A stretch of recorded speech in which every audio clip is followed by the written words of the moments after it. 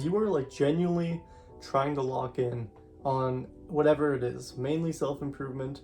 If you're in high school especially, listen to what I'm about to tell you. There are people in your circle that probably aren't as aligned as you are with the things that you want to do, and they could be dragging you down, no matter how fun they seem to be in the moment. Now, before that sounds too harsh, I want you to hear me out. When I was in high school, I was always going to the gym, I was meditating, I was trying to find new hobbies, and I had this one friend group, or in particular this one friend, and he would see me doing these things, and he would intentionally sabotage me in front of other people. He would make fun of me for trying to improve, whereas he was doing his regular toxic habits. So I was in high school trying to lift weights. I was extremely beginner. I was super skinny, but I was making progress. I was starting to curl heavier weights and stuff. I was pretty consistent. I had weights at home. I was going to the gym near my high school, and in class we'd be with like some girls or whatever, and he would just say right to me in front of everybody like, oh, you're gonna go like curl those 5-pound weights. And obviously no one except like your nan is probably curling 5-pound weights, you know what I mean? So for me to be kind of dumbed down like that in front of everyone made me realize that this person doesn't care about my improvement. They're out to get me, and they're jealous, and they're like out to sabotage you in a way to make themselves look better. And that's not really the friend that you want in your life, right? So for instance, I try to pick up like hobbies like guitar, and they would just hate on that, and they would hate on this and hate on that for like no reason. It would just be to completely like shame you out of trying to grow. And if you have people like that in your circle, you need to respectfully let them go. And I'm not really going to tell you how to do that, because that's not my place to be into your personal life, but this is a forewarning that if you keep these people around, you will not grow, because they will forever drag you down. But I moved, and it was completely unrelated to the events that I just told you about. I just wanted to get a brand new start. My family was moving there, they bought a house and everything, and it was one of the best things I could have done, because I got to get away from all these people. And when I was away from all the people that were dragging me down, I grew tremendously. I was extremely consistent. I journaled every day for a year. I meditated every day for a year. I was going to the gym. I was losing weight and gaining muscle, and it just felt amazing. I had grown so much. I was reading self-help books every week, and it was just like the most amazing time of my life after high school. I took a gap year. So this was my gap year, was just pure growth. And that's when I actually published my own book, and things were pretty smooth at that time, and things were awesome. And it's because I went out of the circle I was in that was causing me to just stay where I was. And you need to grow throughout your life if you actually want to make it. So there was good people in my circle, and there still is those same good people in my circle. But you can leave those people who are toxic to you behind and still be with the people that are good for you. So I don't want you to think that you have to drop your entire friend group just because of one person. You can still be with the same amazing people, and they can still help you grow. And likely enough, if they are good enough to keep around, they are probably headed in a similar path to you where you guys can teach each other something. The easiest way to actually spot one of these people is when you see them just hating on you for no reason.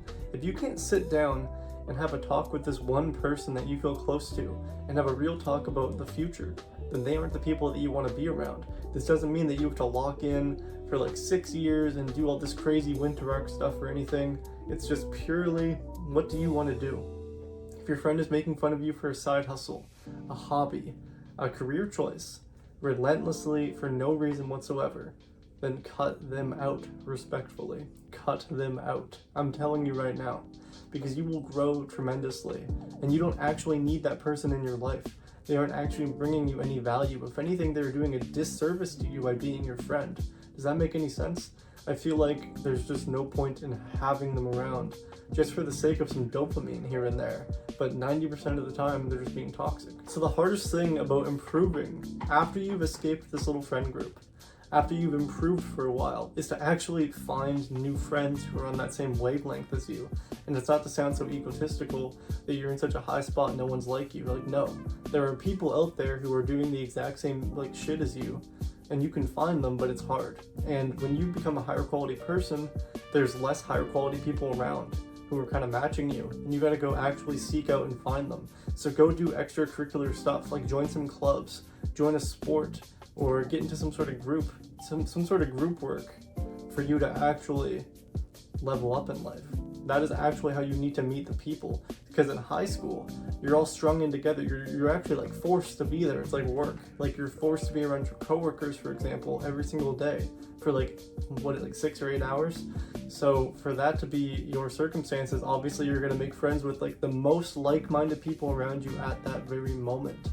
So for example, like now that I'm out of high school, a lot of people have just gone down. They just suck. And that's not to sound so rude, but they have just spiraled down. They've gotten into like drugs and all these things, all these addictions and all these poor life choices just because they've stayed within the circles of people who just are in the same wavelength as them at that time in their lowest point. Because in high school you weren't very developed, right?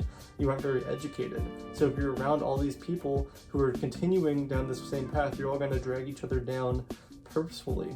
Even if you don't know it, you are dragging each other down purposefully. So you need to figure out and filter through the friends that you actually value, the people that actually bring value to your life, and you need to keep them. Hold on to them dearly, because when you go through your 20s, you're going to lose a lot of friends.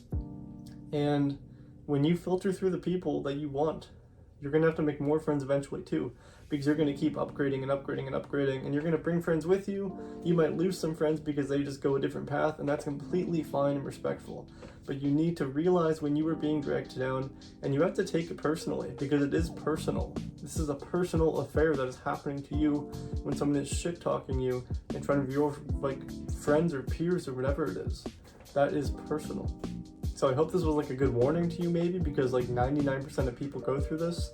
And don't forget to subscribe, like, share this with someone you're kind of like-minded with, or if you think someone's in a bad situation, share this with them so maybe they can get a good insight. And have an amazing day.